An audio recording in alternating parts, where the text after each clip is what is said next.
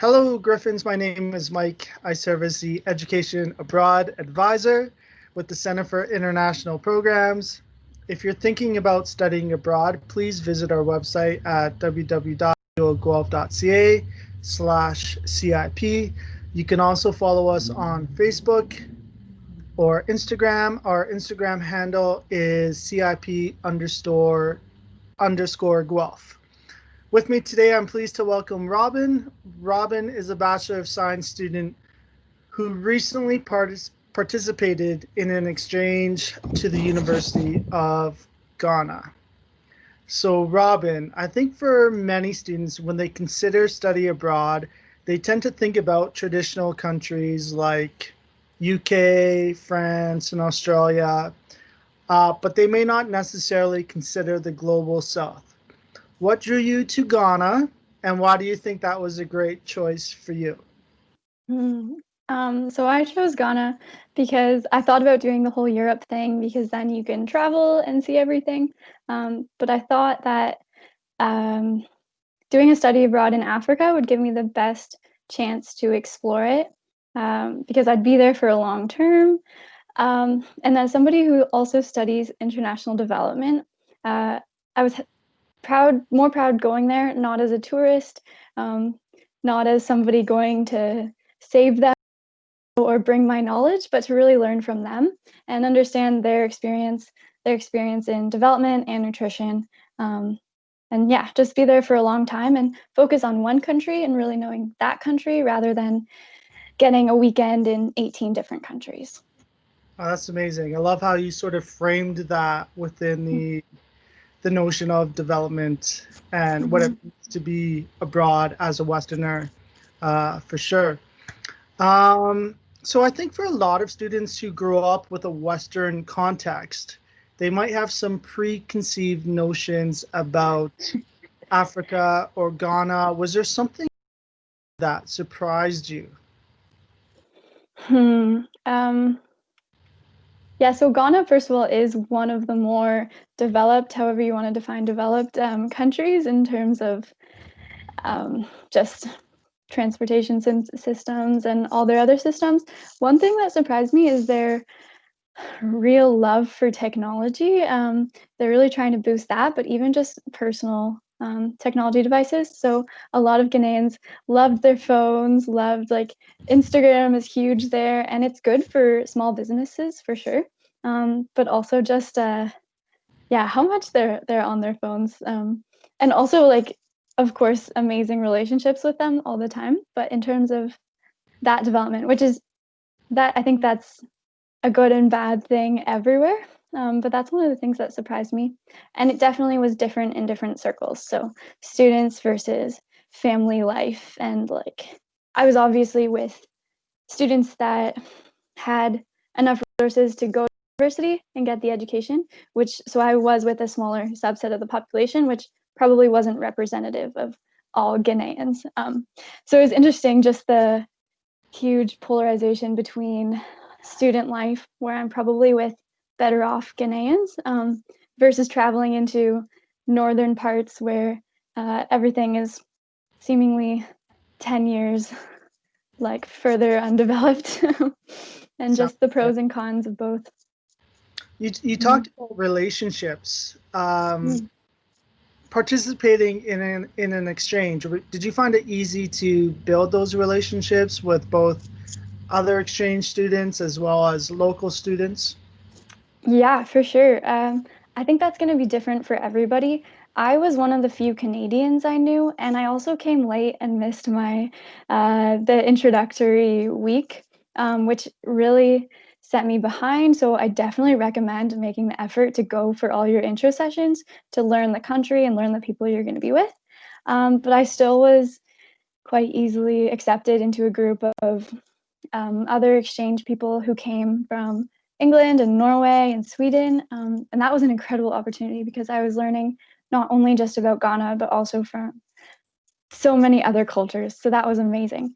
In terms of Ghanaians, I took quite interesting and varying courses that allowed me to meet people in every class. And they were always so welcoming, interested in hearing my opinions, and I loved hearing stories from them. So that was a huge opportunity. And my roommate was also from Ghana, so she would be able to take me to her home, to the market, and that was just a huge blessing to have a Ghanaian taking me around rather than me figuring out how to do it.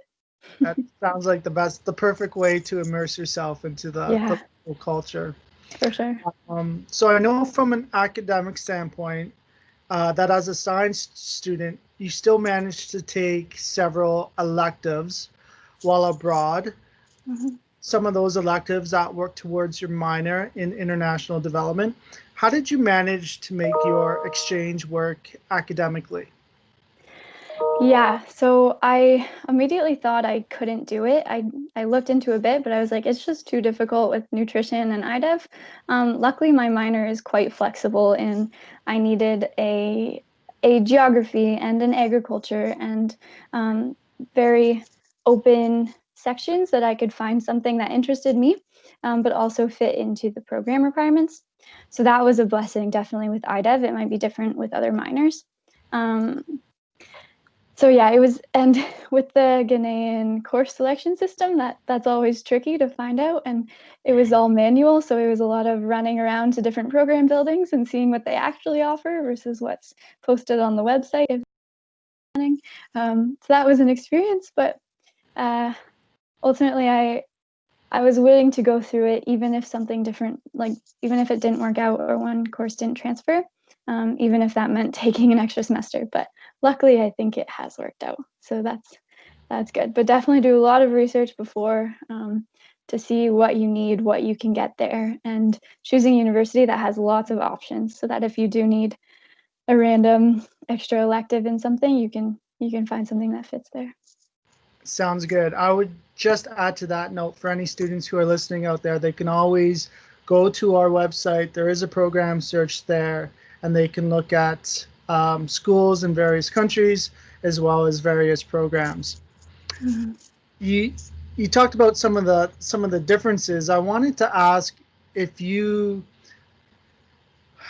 if you experience any cross-cultural differences and how you may have grown from that experience. Okay. Um, I I think there was definitely a ton, almost in everything of daily life and figuring out when we're eating, what we're eating. Obviously, as a nutrition major, I focus on food a lot, and that's one of the main reasons I travel. So I feel like that was one of the biggest thing of being open to trying new things and going in not with the expectation of I'm gonna eat this and this and going to finding a grocery store that sells spaghetti so I can make my spaghetti, and just being open to completely changing and experiencing that side. Um, Yeah, I yeah. think for a lot of students, if you're open-minded, if you find yourself adaptable and flexible, Mhm. that goes a long way in an international context. For sure. And yeah, I found that just the pace of life also is usually something that changes completely.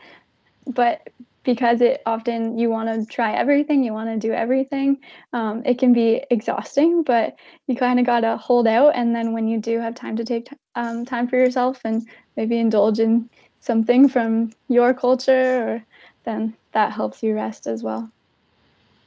Sounds good. I know for a lot of students, they do find some comfort down the line when they Mm. just need a little taste of home or a movie that reminds them of home that just helps them continue on in their journey. For sure. As maybe as a female traveler or as a solo traveler, did you have any apprehensions or did your family have any concerns about you traveling abroad? And how did you overcome some of those concerns or challenges around health or safety? Can you maybe touch on that? For sure, that was a huge one. Um, so I was lucky to have a sister who had lived in Nigeria already, which is right beside Ghana, or almost. There's a few countries in between, but similar cultures. So my family had a lot of fears just based off of that, which fortunately for me, my sister was able to say, like, no, this is what it'll be like, rather than just, you're going to Africa, that's so scary. So it was definitely the balance of my family, and then also being there and experiencing it for myself, and trying not to be naive to dangers, but also trying not to, like, there's still fantastic people, and there's always going to be danger in traveling, and as a girl, of course, but sticking to, like, okay, we're traveling in groups and we're always going with 2 to 3, and if it's only one of us, then maybe have a guy with you or something, or learning, like, having a few key people you trust and, like, sticking to that. And yeah, but just also trying not to be afraid too much. Like, it takes a few weeks to get used to it, and how it works, and obviously. Pardon? I love that perspective. I think it's really important that students push themselves beyond their comfort zones, to take precautions, but also, not be so overwhelmed with a new environment that they, don't leave their residence or their dorm room, but they actually explore and get to experience different parts of the culture. I know from the Center for International Programs, from our perspective, the health and safety of students is our main priority, and we do a lot of training, and we have a lot of resources to help students even before they leave to consider what to do in an emergency, the role of the Canadian government, vaccinations, mental health, travel insurance, and points like that. Yeah. And I would highly recommend getting on that early, especially for vaccinations. I know I got a few extra, including, like, rabies and all that stuff. So if anybody is going to Ghana and needs to talk to somebody who has gone, I can definitely be that point of reference. But yeah, doing it early, because deadlines come up fast, and sometimes it takes like 3 months to get them done. And yeah, so that was important. Yeah, those are all very important points to consider, especially if you don't have those vaccinations. It's really important that you're aware of some of those health requirements even before you enter the country. I know that you touched on some of the intercultural components and learning from other cultures. How do you think this might transfer over into your career or help you in the long run in terms of your employability and finding the right career path for you? Yeah, so many different ways. I've already used my experience on a resume multiple times. Even from the randomest things of, in Ghana, I experienced cocoa production, and then I was in an interview for a chocolate store, and I was able to tell them random facts about cocoa production. So that's definitely not applicable overall study abroad, but definitely I think the adaptability that study abroad teaches you, and just the learning to be open, and to getting out of your comfort zone, and being alone and being in a new place for months on end. I think those are huge just factors that grow you into an individual that people would more want to hire than somebody who has stayed in their town for their whole life. As well as I took a lot of classes relating to climate change, agriculture, specific to Ghana, but also what's happening all over the world. And I think that has given me just a diverse experience, because I was able to take so many different courses because of my electives, and it really rounded, I think, my education experience from just, like, Guelph and Canada specific geographical factors to now worldwide, and having West Africa included in there. Yeah, it sounds like you've had that opportunity to kind of reflect on some of the larger perspectives or worldviews that are out there, and having those stories that showcase your intercultural effectiveness. I think that's a great advantage to studying For abroad. sure. Yeah. As we sort of come to the end of this, what advice would you give to other science students who are looking to enhance their degree and take advantage of some of the study abroad opportunities offered by the University of Guelph? Okay.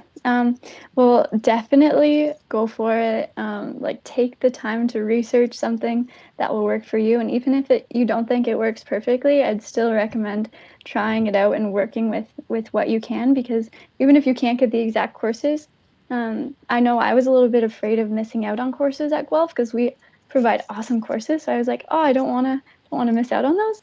But the experience you get outside of class is worth 10,000 times more what you're getting in class. Um, and I don't think you'll ever get this experience to travel of having 4 or more months in a place. And yeah, now is the time to do it. I know for myself, when I was younger, I spent about a year in Namibia, Mm. and that was an incredible experience. And then Oh, after that, I wanted to keep exploring. I went to South Africa, Botswana, Zambia, Tanzania, whoa. Ethiopia. Um, Now that you've sort of had that experience, are you still interested in going abroad and exploring some more? Oh yeah, for sure. I feel like my confidence in traveling and in getting around and figuring things out has definitely been boosted, as well as just the eagerness to learn about more, because we very much know our Canadian culture and how we think and do things, and it's so refreshing to learn another way of life, for sure. Sounds good. Well, I'm going to let you go. I know it's a busy time of year. For any of the students who are listening out there, if you do have more questions, you can always email me at goabroad@uofguelph.ca, or you can feel free to book a virtual meeting as well, and we can always talk about things one-on-one. Thanks for tuning in, and we hope to assist you along your way in your own study abroad journey. Thank you, Robin, for being here and for sharing your stories. Um, Thank you very much.